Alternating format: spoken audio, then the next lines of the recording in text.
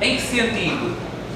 No sentido em que você pode ter legislação efetivamente aplicada que viola o tal nomos que vai na perspectiva austríaca, pelo menos na perspectiva austríaca de Menger, Hayek e também em parte Rothbard, no caso de Mises isto é menos claro, está o tal nomos que vai evoluindo como instituição social numa lógica evolucionista. Questões sobre este ponto? Eu poderia dizer o seguinte, para simplificar melhor o entendimento da diferença entre o law e legislation, eu poderia dizer o seguinte, que o law, o direito, né, ele seria as normas de justa conduta individual, enquanto que a legislação seria as normas de organização. Poderia ser assim, dessa forma. Até o próprio direito de legislação e liberdade fala isso. Né? O problema...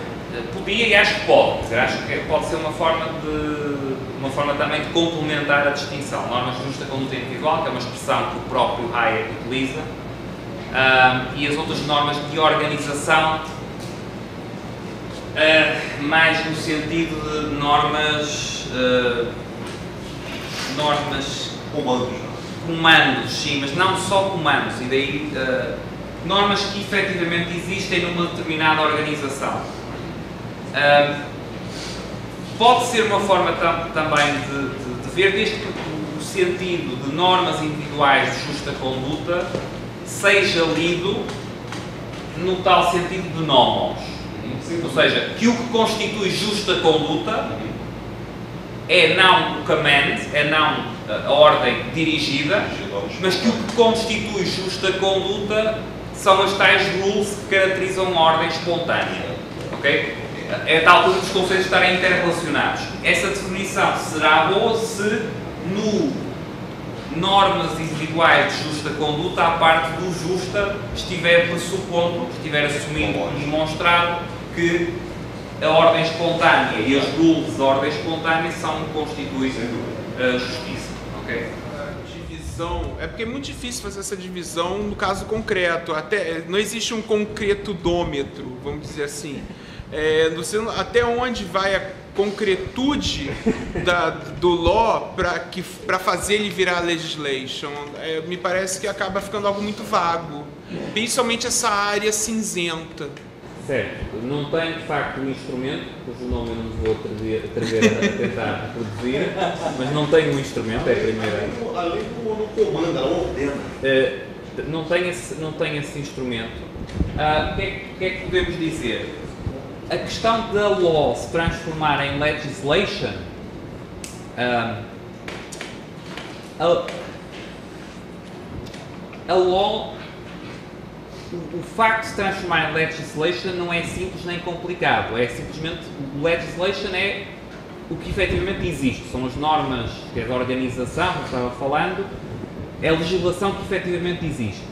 O que você depois, digamos, o exercício que o observador, que o analista faz, é de verificar se a legislation num determinado contexto está mais próxima ou mais distante do que a law efetivamente é. Ou seja, você pode ter legislation compatível com as tais rules, ou pode ter legislation que viola ou que eventualmente até contraria essas rules. Se vamos pensar em termos do mercado, o que é que chamaríamos law? O que é que chamaríamos, se quiséssemos, as normas individuais de justa conduta, desde que pressupondo os tais aspectos sobre a ordem espontânea e rules, não é? O nomos. Chamaríamos aí o law as normas individuais de justa conduta que emergem em termos de princípios de, por exemplo, em que é que consiste o consentimento, como é que se valida o consentimento, como é que a transação se efetua, como é que ela é considerada finalizada, como é que os termos da negociação são acordados, etc, etc. Essas normas que emergem, sem serem deliberadamente estabelecidas por ninguém, estamos no convention da law, okay? Mas que vão emergindo ao longo do tempo. O que é que seria legislation? Será não sei se aqui chama assim, o código comercial que você efetivamente tem, o código civil que você efetivamente tem. E a legislation, e daí a distinção ser relevante, ainda que tenha zona cinzenta e não tenha o tal aparelho, não é? A legislation, ao contrário do que numa perspectiva positivista você pode ser levado a pensar, a legislation não incorpora necessariamente as tais normas individuais de justa conduta. Quer dizer, a legislation é o que existe, é o que está aplicado, não é? Portanto, é o que está positivado. Aí a gente acaba caindo, de certa forma, a impressão que dá é que law seria direito natural e legislation seria direito positivo. Sim, seria, mas no caso da perspectiva austríaca, tem o problema de que a maior parte dos autores, e talvez a principal exceção destes autores mais clássicos da escola austríaca seja Rothbard, não é? Já considerando Rothbard clássico, não são justnaturalistas. Portanto, Mises é ferozmente anti-justnaturalista, Hayek não é ferozmente anti-justnaturalista, mas também não dá para classificar como adepto de direito natural. Portanto, o law... Mas qual é o argumento, essa acho que é a grande pergunta, qual é o argumento de Mises e qual é principalmente o argumento de Hayek, já que Hayek é quem está trazendo essa distinção, Sim.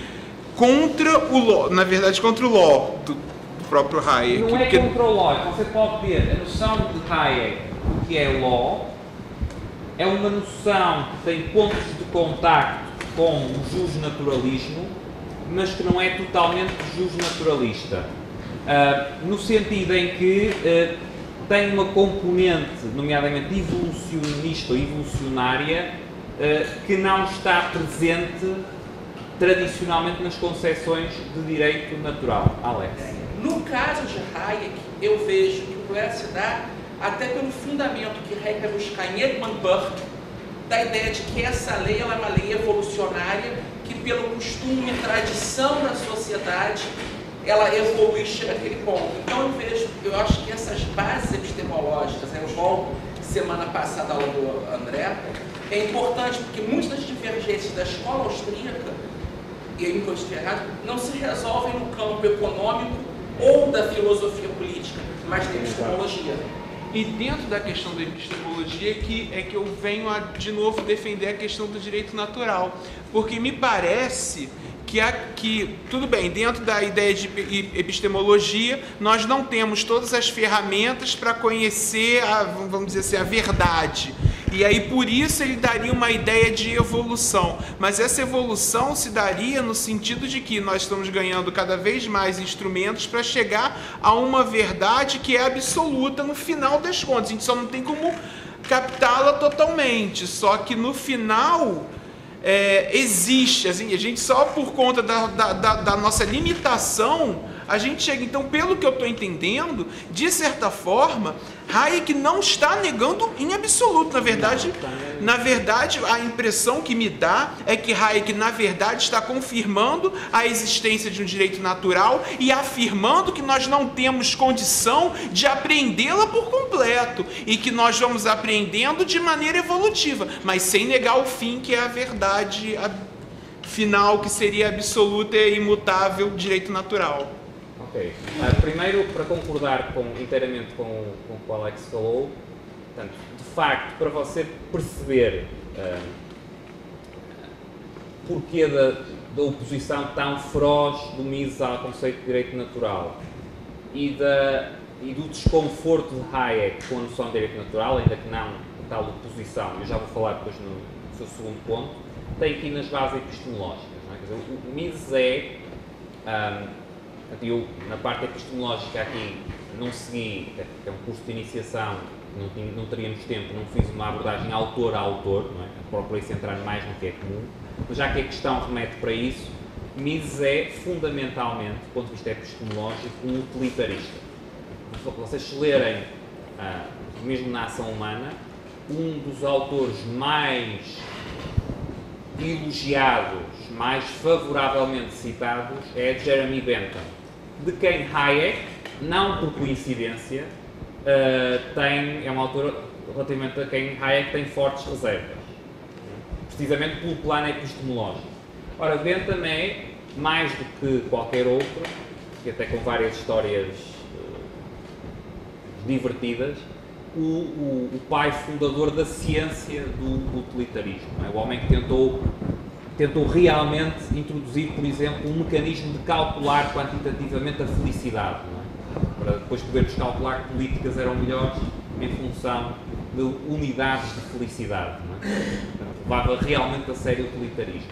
E Mises estava genuinamente convencido que, do ponto de vista epistemológico, portanto, é difícil fugir a uma base utilitarista para nas ciências sociais. Daí que se torne complicado, ainda mais quando associado isto com o kantianismo, isso até já falámos em sessões anteriores, até para distinguir Hayek, Kant versus Kuhn, não é? O kantianismo de Mises, isso, quer dizer, uma noção de direito natural não encaixa nem por um lado nem por outro. Portanto, a estrutura conceitual da ação humana é algo que eu considero, em economia, para mim continua sendo a principal obra, o principal tratado de economia. É algo que, do ponto de vista de lógica interna, é extraordinariamente consistente. Em termos das bases epistemológicas e das implicações epistemológicas e políticas dessas bases, é algo que levanta dificuldades, do meu ponto de vista. Mas teria que ter aqui, quer dizer, eu não sou utilitarista, para ser justo teria que ter aqui talvez um austríaco utilitarista defendendo a posição utilitarista, ou até um não austríaco, mas utilitarista defendendo a posição utilitarista. O segundo ponto que você levantou, Hayek, a relação de Hayek com o direito natural. Eu frisei que o grau de oposição é muito diferente do de Mises. Não é? Uma interpretação, e que tem autores que estudam Hayek que fazem, desde os conceitos de Hayek, é que Hayek se aproximou de uma concepção justnaturalista, quase de forma assintótica, não é? Sem nunca tocar, mas é quase uma concepção falibilista, justnaturalista falibilista, não é?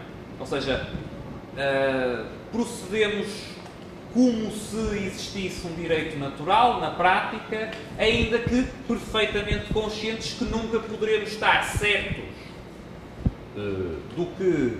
das normas que consideramos certas, que consideramos corretas, nem poderemos, um tal elemento falibilista, de alguma vez atingir a tal verdade final, a tal verdade absoluta. Okay? Mas essa é uma interpretação. Não é possível interpretar Mises assim, creio. É possível interpretar Hayek assim, realçando mais este aspecto. Claro que você também pode interpretar Hayek quase próximo da sociobiologia, se você realçar mais, e há também quem faça isso, os aspectos evolucionários do pensamento hayekiano, você pode, quer dizer, escolhendo bem as citações, mostrar que ele está muito distante de uma concepção de direito natural, pelo ênfase na alteração, na adaptação ao contexto, etc, etc. Não é? Mas creio que o que falou é uma interpretação, no caso de Hayek, válida. Até uma interpretação que é válida.